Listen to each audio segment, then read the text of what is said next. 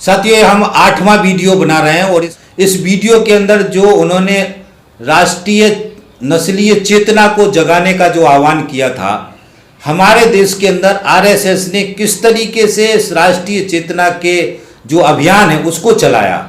गोलवलकर खुद 1940 से आरएसएस के सरसंचालक बने थे और 1973 तक वो जीवित रहे और 1973 तक वो आरएसएस के सरसंचालक थे। इसके पहले सावरकर की जो हिंदुत्व की थ्योरी थी, हिंदुत्व की थ्योरी के विचार को सावरकर ने और स्पष्ट रूप से नस्ल की जो चेतना है, नस्लीय जागृति है, उसको समझाया। हमको ये भी साथियों ध्यान रखना है कि ये वो समय था 1938 का, जब इटली का और जर्मनी का जो फांसीवाद था, खासतौर से जर्मनी का हिटलर का जो नस्लीय चेतना का जो फांसीवाद था वो चरम पर था। तो गोलवलकर का जो ये पूरा विचार है, आरएसएस का जो पूरा विचार है, वो हिटलर की जो फांसीवादी विचार की थ्योरी थी, नस्ल की थ्योरी थी, उसका कॉपी है। मैं आपसे अपील करूंगा कि इसी सीरीज के अंदर पीछे मुसोलिनी का और हिटलर का वीडियो डला हुआ है, तो आप अगर दोनों को सुन लेंगे तो आपको वहाँ की भी विचार की सारी परिस्थिति समझ जाएंगे। उसके बाद से जब आप एक गोलवलकर की भी आरएसएस के विचार को सुनेंगे तो आप दोनों का जो एक जैसा है उसको आप समझ पाएंगे। तो साथियों, इस परिस्थिति को भी हमको ध्यान रखना है। अब साथियों, हमारे देश की परिस्थिति को समझना है। जिस तरीके से गोलवलकर जी ने पूरा समझाया, हमारे देश में मुस्लिम शासक आए, मैं उसके विस्तार में नकारात्मक सकारात्मक पक्ष आगे समझाऊंगा। अभी सीक्वेंस में हमको समझना कि हमारा देश 1857 के बाद अंग्रेजों ने जब सारी धर्म आधारित राज सत्ताओं को खत्म कर दिया, हिंदू धर्म की राज सत्ता खत्म की, शिवाजी का जो राज था उसको खत्म किया, इस्लामिक शासक थे, मुसलमान जो शासक थे उनका खत्म किया, जो सिखों का शासन था उसको खत्म किया, धर्म आधारित राज व्यवस्था को खत्म करके संविधान का राज कायम किया और एक धर्मनिरपेक्ष की अवधारणा को लेकर अंग्रेज आए थे। वो इसी अवधारणा को आगे बढ़ाया था कांग्रेस ने, जो भारतीय राष्ट्रीय कांग्रेस बनी हुई थी। गोलवलकर जी ने अपने बहुत सारी जगह इस धर्मनिरपेक्ष की अवधारणा को और कांग्रेस को जो अंग्रेजों का षड्यंत्र बताया और धर्मनिरपेक्ष की जो अवधारणा है इसके बहुत ही खिलाफ है। आज भी आरएसएस और बीजेपी धर्मनिरपेक्ष की अवधारणा है, इसको तोड़ना चाहते हैं, इसको खत्म करना चाहते हैं और इसके खिलाफ बहुत ही ताकतवर तरीके से इसका विरोध करते हैं। इसीलिए हमको समझना साथियों, धर्मनिरपेक्ष की अवधारणा एक बेसिक विचार था, जिस विचार ने हमारे देश के अंदर धर्मों को और राज सत्ता को अलग अलग किया। आरएसएस का सबसे बड़ा जो समस्या समझ लीजिए या उनका विचार का जो गलती समझ लीजिए कि इस विकास क्रम में जब राजाशाही व्यवस्था खत्म हुई और पूंजीवादी राज कायम हो गए पूरे दुनिया के अंदर, अमेरिका में, जर्मनी में, पूरी दुनिया के अंदर जब ये पूंजीवादी व्यवस्था कायम हुई तो उन राष्ट्रों के अंदर धर्माधारित जो राज व्यवस्थाएं थी वो खत्म हुई और धर्मनिरपेक्ष की अवधारणा आई। देश के अंदर के सभी धर्मों के लोगों को एकजुट किया गया, धर्म को चलाने का, धर्म से अपने धर्म को मानने का स्वतंत्रता दिया गया। हर धर्म अपने धर्म को मानेगा, बढ़ाएगा, अपनी उसकी जो संस्कृति है, जो उनकी पहचान है उसको कायम रखेगा, मगर धर्म से राज सत्ता नहीं चलेगी। इस बात को अच्छी तरीके से समझना, ये विकास क्रम का हिस्सा है जिसको गोलवलकर नकारते हैं। तो राजाशाही व्यवस्था खत्म हुई, पूंजीवादी व्यवस्था कायम हुई। इस बात को भी ध्यान रखना अच्छी तरीके से कि राजाशाही व्यवस्था पूरी दुनिया में धर्म आधारित राज व्यवस्था थी। हर एक राजा किसी धर्म को मानता था, उसी धर्म के सिस्टम के आधार पर उस पूरी राज व्यवस्था को चलाता था। इस्लाम धर्म से भी राज व्यवस्था चलती थी धर्म आधारित, और हमारे देश में भी हिंदू जो दर्शन था उससे भी राज व्यवस्था हमारे देश में चली, और सिख व्यवस्था हमारे देश में चली। ईसाई जो धर्म का थे, वो यूरोप में बहुत सारे देश हैं जो ईसाई, वहाँ के जो राजा थे वो ईसाई धर्म को मानते थे। इसलिए हमको अच्छी तरीके से समझना, ये बेसिक प्रमुख बात है कि राजाशाही व्यवस्था धर्म आधारित राज व्यवस्था थी। ये बड़ा परिवर्तन हुआ और इसी बात को आरएसएस मानता नहीं है। यही आरएसएस का सबसे बड़ा चूक है जिसको हमको ध्यान रखना है। राजाशाही व्यवस्था धर्म आधारित राज व्यवस्था थी। लोकतांत्रिक व्यवस्था जो आई वो धर्मनिरपेक्ष स्वरूप में आई, पूरी दुनिया में हर देश में वही आई। और आगे ये 1938 की बात कर रहे हैं, मगर 1938 के बाद भी लोकतंत्र जब मजबूत हुआ, हमारे देश के अंदर संविधान बना, हमारे देश के संविधान में भी लोकतांत्रिक जो व्यवस्था के अंदर धर्मनिरपेक्ष की अवधारणा आई। दुनिया के जितने बड़े बड़े देश थे सभी लोकतांत्रिक देशों के अंदर धर्मनिरपेक्ष की अवधारणा आई और धर्मनिरपेक्ष की अवधारणा आगे बढ़ी। इस बात को हमको ध्यान रखना है। तो आरएसएस का जो बेसिक प्रॉब्लम है कि धर्मनिरपेक्ष की अवधारणा को वो नकारते हैं। और जैसे ये थ्योरी जो दी है गोलवलकर जी ने, उनका थ्योरी का केवल कॉन्सेप्ट यही है कि राज सत्ता धर्म के आधारित होगी। आज भी आरएसएस राज सत्ता को धर्म से चलाना चाहता है। इसलिए हिंदू राष्ट्र की अवधारणा जो गोलवलकर ने दी है, इस पूरी नस्ल की थ्योरी को दिया उन्होंने, बहुत सारी चीज़ों को समझाने के बाद फाइनली क्या क्या हिंदू राष्ट्र। हिंदू राष्ट्र मतलब वो ये कह रहे हैं कि धर्म से इसकी राज व्यवस्था चलनी चाहिए। आज की तारीख में दुनिया में धर्म से राज व्यवस्था चलने का कॉन्सेप्ट धीरे धीरे करके इस 70-80 सालों में कमजोर हुआ। अभी कुछ जैसे सऊदी अरब है, कुछ इस्लामिक कंट्रियां हैं जो धर्म के आधार पर चल रही हैं, मगर आने वाले समय में वो भी कमजोर होगा और वो भी धर्म से जो चलाने का उनका कॉन्सेप्ट है वो भी खत्म होगा। ये बिल्कुल पक्का सुनिश्चित है। बड़े देश है दुनिया के जो धर्मनिरपेक्ष की अवधारणा के साथ खड़े हुए हैं। आज की तारीख में इस्लामिक जो देश भी हैं, जो इस्लामिक राष्ट्र भी आज अपने आप को कहते हैं, उनके अंदर भी और धीरे धीरे करके धर्मों की स्वतंत्रता को वो बढ़ा रहे, क्योंकि भूमंडलीकरण के बाद, नई उदारीकरण की नीति आने के बाद पूरा दुनिया कनेक्ट हो गया बाजार के रूप में। जब बाजार के रूप में पूरा दुनिया जुड़ गया तो बाजार के रूप में एक धर्म के रूप में कोई सरकार चलेगी तो वो चल नहीं सकता है। तो इस बेसिक कॉन्सेप्ट को साथ ही हमको समझने की जरूरत है, इसलिए मैंने ये आधार आपको समझाया है। यही इस विचारधारा का सबसे बड़ा चूक है आरएसएस की, कि आरएसएस आज भी धर्म आधारित राज सत्ता कायम करना चाहता है, जो आज असंभव है। जो आज की तारीख में विकास क्रम के हिसाब से ये धर्म आधारित राज सत्ता कायम नहीं हो सकती है। और दूसरा साथियों समझना है कि गोलवलकर जितने भी पुरानी थ्योरी उन्होंने समझाई हैं उसके अंदर भी बहुत सारी गड़बड़ियां हैं विकास क्रम में। मैं जो हिंदुत्व की थ्योरी के बाद जो वीडियो बनाए हैं उनके अंदर भी मैं बहुत विस्तार से समझा चुका हूं। उनका भी नोटिफिकेशन में मैं लिंक डाल देता हूं, उनको भी सुने आप। मैंने हिंदुत्व की थ्योरी के अंदर सावरकर ने क्या क्या कमी है इस थ्योरी के अंदर वो मैं समझा चुका हूं। वो वीडियो भी सुन लेंगे तो आप बहुत सारी चीज़ें उसमें कवर हो जाएंगी। तो मैं आपसे निवेदन कर रहा हूं कि उन वीडियो को भी जरूर सुन लें, क्योंकि विचारधारा का मामला है, इसलिए आपको थोड़ा सा मेहनत करना पड़ेगी, थोड़ा सा सारी चीज़ों को सुनना पड़ेगा, तब आप इस पूरी विचारधारा की सारे तथ्यों को पकड़ पाएंगे।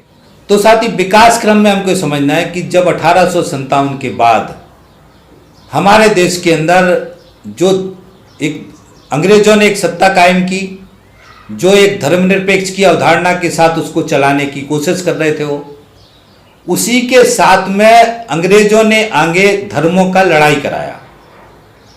अब हमारे देश की जो धर्म आधारित राजसत्ताएं खत्म हो गई थी, मगर राजा थे, राजाओं को अंग्रेजों ने खत्म नहीं किया था। इस बात का ध्यान रखना। अंग्रेजों के समय में हिंदू राजा भी थे, मुसलमान राजा भी थे और सिख राजा भी थे।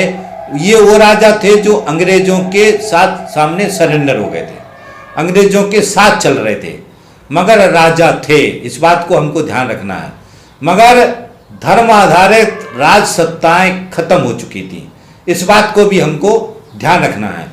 अब अंग्रेजों ने जब लड़ाई कराया धर्म के आधार को यदि हम देखते हैं तो हम ये पाते हैं साथियों कि मुसलमान शासक थे हमारे देश के।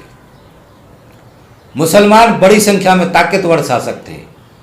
तो जब ये धर्म आधारित राज सत्ताएं खत्म हुई, उसके बाद जब हमारे देश की जो जनसंख्या है उसके आधार पर मुसलमान जो है अल्पसंख्यक थे, मुसलमानों की संख्या कम थी। हिंदू जो थे, हिंदुओं का राज सत्ता उस समय नहीं था, हिंदू जो राज सत्ताएं थी वो कमज़ोर थी।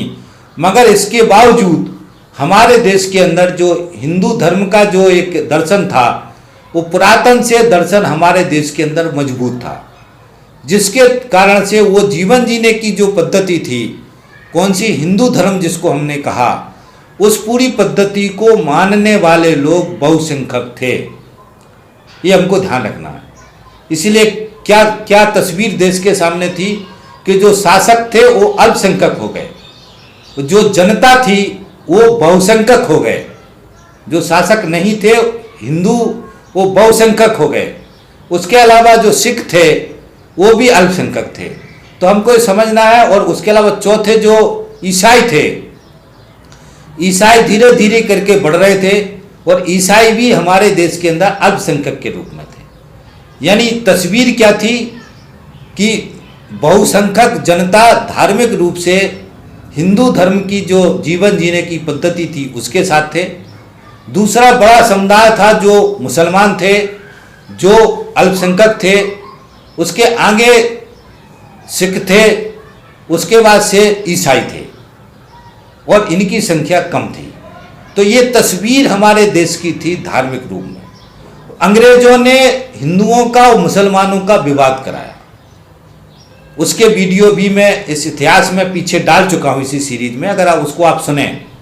और विवाद करा करके ये कोशिश की कि इस विवाद से वो इनका जो एकता है, अंग्रेजों के खिलाफ जो लड़ाई चल रही है, उसको कमजोर कर पाएंगे।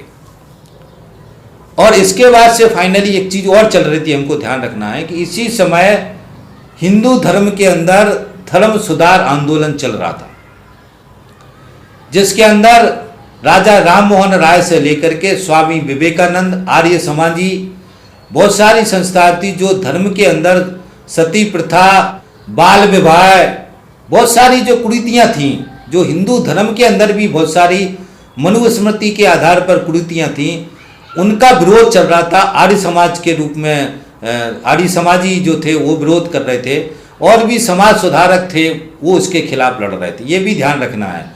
और इसी बीच में आगे चल करके ये 1900 तक चला, ये समाज सुधार आंदोलन 1700 से लेकर के 1900 तक 200 साल तक चला।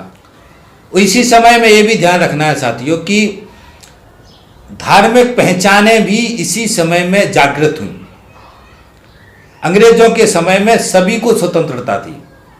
अंग्रेजों का राज धर्मनिरपेक्ष कॉन्सेप्ट से चल रहा था। सभी धर्मों को अपने धर्म को आगे बढ़ाने का, चलाने का स्वतंत्रता था। इस्लाम के अंदर भी सुधार हुए। इस्लाम धर्म के अंदर भी सर सैयद अहमद आए, उन्होंने इस्लाम जो मुस्लिम समाज के लोगों के लिए बहुत सारे सुधार, सामाजिक सुधार किए। इस्लाम के अंदर भी, धर्म के अंदर भी कुछ सुधार हुए। तो ये सारा विकास क्रम था जिसको हमको ध्यान रखने की ज़रूरत है।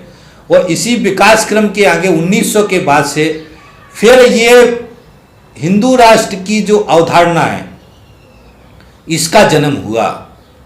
और आर्य समाजी जो थे उनका एक बड़ा हिस्सा था जो ये स्वतंत्रता के आंदोलन में शामिल हुआ, चाहे महाराष्ट्र में हो चाहे वो बंगाल में हो।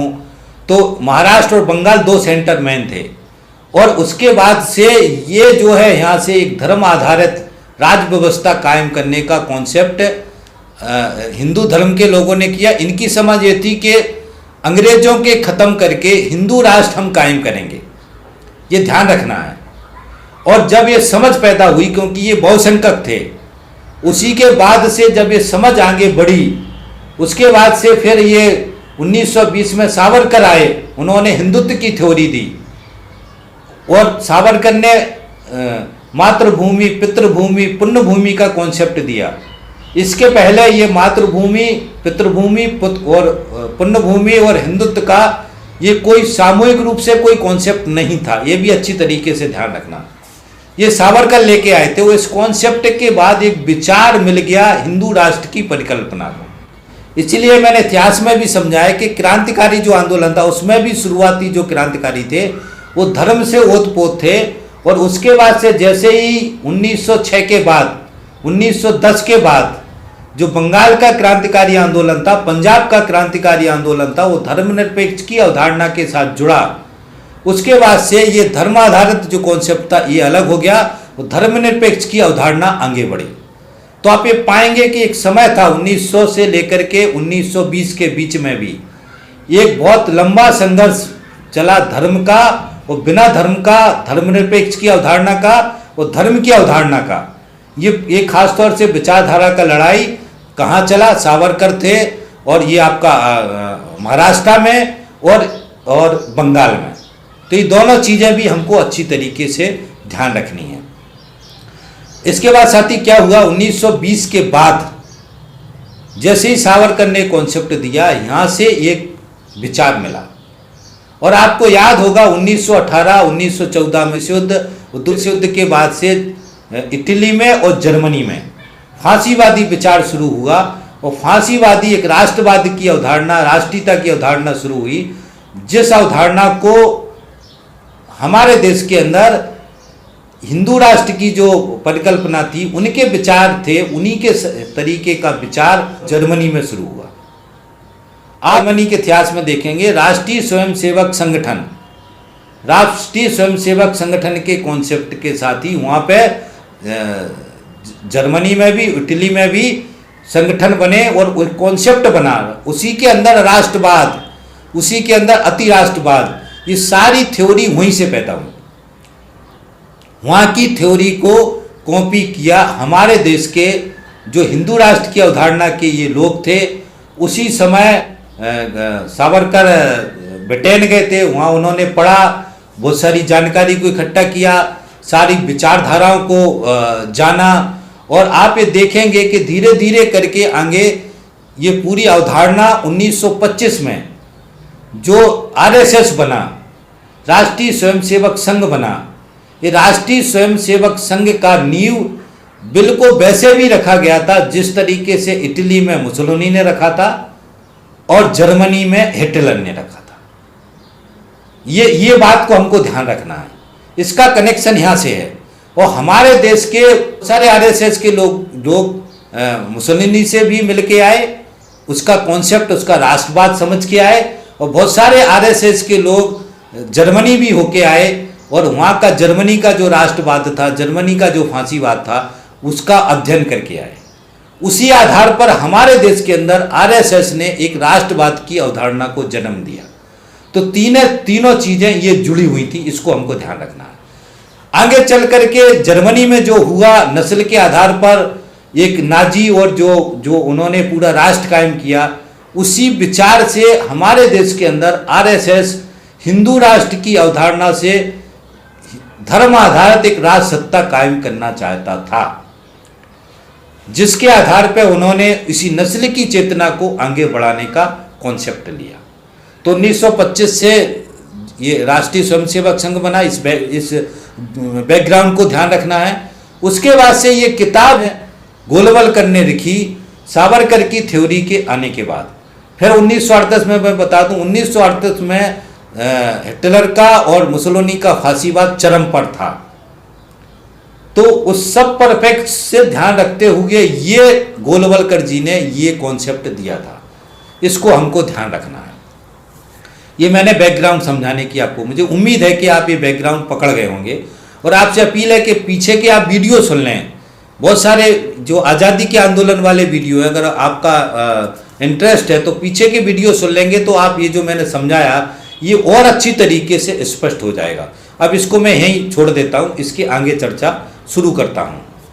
तो हमारे देश के अंदर 1925 के बाद से ये जो नए शब्द आए थे, मातृभूमि, पितृभूमि, पुण्यभूमि, राष्ट्रीय आंदोलन, राष्ट्रीय चेतना, राष्ट्रीय नस्ल, देशभक्ति, राष्ट्रभक्ति, ये सारा कॉन्सेप्ट आए। इस कॉन्सेप्टों का प्रचार प्रसार किसने किया? आरएसएस ने किया।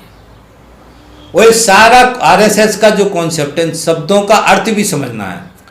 आरएसएस का जो राष्ट्रीय आंदोलन है, वो राष्ट्रीय आंदोलन हिंदू राष्ट्र की अवधारणा से हिंदू राष्ट्र को कायम करना, ये आरएसएस का राष्ट्रीय आंदोलन है, जिसको ध्यान रखना।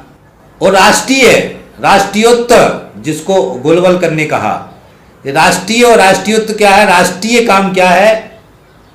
नस्ल के आधार पर हिंदू राष्ट्र की अवधारणा से हिंदू राष्ट्र को कायम करना, इसके लिए इस राष्ट्र को कायम करना, ये राष्ट्रीय है आरएसएस की समझ से।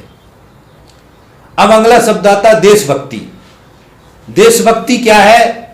जो इस हिंदू राष्ट्र की अवधारणा के लिए काम कर रहे हैं, इस राष्ट्र को बनाने के लिए काम कर रहे हैं, इस राष्ट्र के बनाने की लिए आगे लगे हुए, वो देशभक्त हैं, वो देशभक्ति हैं, वो राष्ट्रवादी हैं, वही राष्ट्रवादी, इस राष्ट्र को कायम करने के लिए जो लड़ रहा है वही राष्ट्रवादी है। ये शब्दों का ध्यान रखना है हमको। और भारत माता का जो कॉन्सेप्ट था मातृभूमि के आधार पर, वो भारत माता भगवा झंडे वाली भारत माता का कॉन्सेप्ट था, जिसमें हिंदू राष्ट्र को कायम करने की शपथ है। ये जो तिरंगा झंडा लिए भारत माता का कॉन्सेप्ट था, जिसमें हिंदू मुस्लिम सिख ईसाई आपस में हैं भाई भाई, और हमारे देश के अंदर धर्मनिरपेक्ष की अवधारणा है, इस कॉन्सेप्ट को आरएसएस नहीं मानता। ये अच्छी तरीके से ध्यान रखना। इसलिए आप देखेंगे कि आरएसएस के किसी भी कार्यक्रम में तिरंगे वाली भारत माता का फोटो नहीं मिलेगा। ये भी आप देख सकते हैं, किसी भी कार्यक्रम में देख लेना। जो आरएसएस के नेता हैं, आरएसएस जिस भारत माता की आरती करता है, आरएसएस की जो क्लासें होती हैं, आरएसएस की जो सुबह सुबह जो शाखाएं लगती हैं, उसके अंदर भारत माता की आरती होती है। और वो भारत माता की जो आरती होती है, आप देखना उसके अंदर तिरंगा झंडा लिए भारत माता नहीं की फोटो नहीं होगी, भगवा झंडा लिए भारत माता की फोटो होगी, जिसका अर्थ है कि इस हिंदू राष्ट्र की अवधारणा से धर्म आधारित एक राज्य व्यवस्था कायम करना चाहते हैं। उस कॉन्सेप्ट को पाने के लिए उस भारत माता को, मातृभूमि को मर मिटने का या नमन करने का वो आरती करते हैं। तो ये सारे कॉन्सेप्ट इसके साथ जुड़े हुए, जिसको हमको ध्यान रखना है। ये भी ध्यान रखना है कि हमारे देश का जो देश के लिए मर मिटना, देश के लिए काम करना, देश की जनता के लिए काम करना, ये राष्ट्र, ये देशभक्ति नहीं है आरएसएस के लिए। तब की असल में देशभक्ति यही है। यदि कोई सैनिक हमारा शहीद हो गया सरहद पर, सरदार भगत सिंह, चंद्रशेखर आजाद, बहुत सारे क्रांतिकारियों ने अपनी जान कुर्बान कर दी, ये देशभक्ति है। ये हमारे राष्ट्र के लिए, हमारे देश के लिए उन्होंने अपनी जान कुर्बान की। जो हमारा सैनिक आज सरहद पे जान कुर्बान कर रहा है, वो ये देशभक्ति है उसकी। जो हमारे देश के लिए हम काम कर रहे हैं, किसी भी रूप में काम कर रहे हैं, ये देश के लिए देशभक्ति का काम है। तो ये जो देशभक्ति है, या हम भारत माता के लिए तिरंगे वाली भारत माता को सलूट करते हैं, ये संविधान की रक्षा के लिए जो अपनी कुर्बानी देने को तैयार, ये देशभक्ति है। मगर ये ध्यान रखना, ये आरएसएस के लिए ये देशभक्ति नहीं है। आरएसएस की देशभक्ति क्या है वो मैं समझा चुका हूं। इसलिए आप ये देखेंगे कि जो आज़ादी का आंदोलन था, आज़ादी के आंदोलन के अंदर जो अंग्रेजों के खिलाफ संघर्ष चला, जो राष्ट्रीय आंदोलन था, आरएसएस ने कभी उस आंदोलन को राष्ट्रीय आंदोलन नहीं कहा।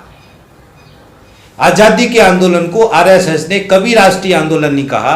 आरएसएस ने हमेशा ये कहा कि ये सब फालतू की बातें हैं, हमको लड़ाई लड़ना है मुसलमानों से, ईसाइयों से, और हमको हिंदू राष्ट्र कायम करने के लिए हिंदू राष्ट्र से, हिंदू धर्म की जो राजसत्ता थी पहले राजाशाही के समय में, मनुस्मृति वाली, उस राजसत्ता को कायम करने के लिए लड़ना चाहिए। तो हमको ये समझना है कि आरएसएस का जो विचार है, उसका कॉन्सेप्ट और जो देश का विचार था, राष्ट्रीय आंदोलन था, उसका कॉन्सेप्ट में फर्क है। इसलिए पूरे आज़ादी के आंदोलन में आरएसएस ने कोई भी भूमिका नहीं निभाई। तब की अभी देखेंगे हिंदू महासभा के लोग अंग्रेजों को धन्यवाद देते हैं, अंग्रेजों की महारानी की विक्टोरिया की आरती करते हैं, उसका गुणगान करते हैं, आज भी करते हैं हिंदू महासभा के लोग। क्योंकि हिंदू महासभा, समझना कि सावरकर जो है हिंदू महासभा के अध्यक्ष थे। सावरकर ने जो हिंदुत्व की थ्योरी दी है, सावरकर आरएसएस के सरसंचालक नहीं रहे, ध्यान रखना। सावरकर हमेशा हिंदू महासभा के अध्यक्ष रहे, हिंदू महासभा के साथ रहे। जो हिंदू महासभा अंग्रेजों की जो महारानी है उसका गुणगान करती है, उसकी आरती करते हैं, क्योंकि उनका ये समझ था कि अंग्रेजों ने मुसलमानों के राज को खत्म किया। इसलिए उस समय वो और आज भी हिंदू महासभा के लोग अंग्रेजों का गुणगान करते हैं। मतलब उनका दुश्मन अंग्रेज नहीं थे, उनका दुश्मन मुसलमान थे। ये सारे कॉन्सेप्ट भी हमको ध्यान रखना है साथियों। ये आरएसएस की विचारधारा के साथ जुड़े हुए हैं, जिसमें हमको अच्छी तरीके से ध्यान रखने की ज़रूरत है। तो इस वीडियो को यहीं ख़त्म करता हूँ और आपसे निवेदन ये करता हूँ कि यदि आपने हमारा चैनल सब्सक्राइब नहीं किया हो तो चैनल को सब्सक्राइब कर लें, घंटी दबा दें, ताकि कोई सा भी वीडियो हम बनाएं तो उसका नोटिफिकेशन आपको मिले। दूसरा निवेदन ये है साथियों कि हमारे जो चैनल की प्लेलिस्ट है उसके अंदर बहुत सारे फोल्डर हैं, जिसमें दर्शन सीरीज का फोल्डर है, और ये जो किताब है इसके जितने भी वीडियो हैं वो सारे वीडियो जरूर सुनें, ताकि आप सारी चीज़ों को समझ पाएँ। उन सारे वीडियो को सुने और जो भी वीडियो अच्छे लगते हैं उनको ज़्यादा से ज़्यादा शेयर करवाने में सहयोग करें। तो आप इनको सुनेंगे और शेयर करवाने में सहयोग करेंगे, इसी आशा उम्मीद के साथ इस वीडियो में अपनी बात खत्म करता हूँ। थैंक यू साथी, धन्यवाद, थैंक्स, मिलते हैं अगले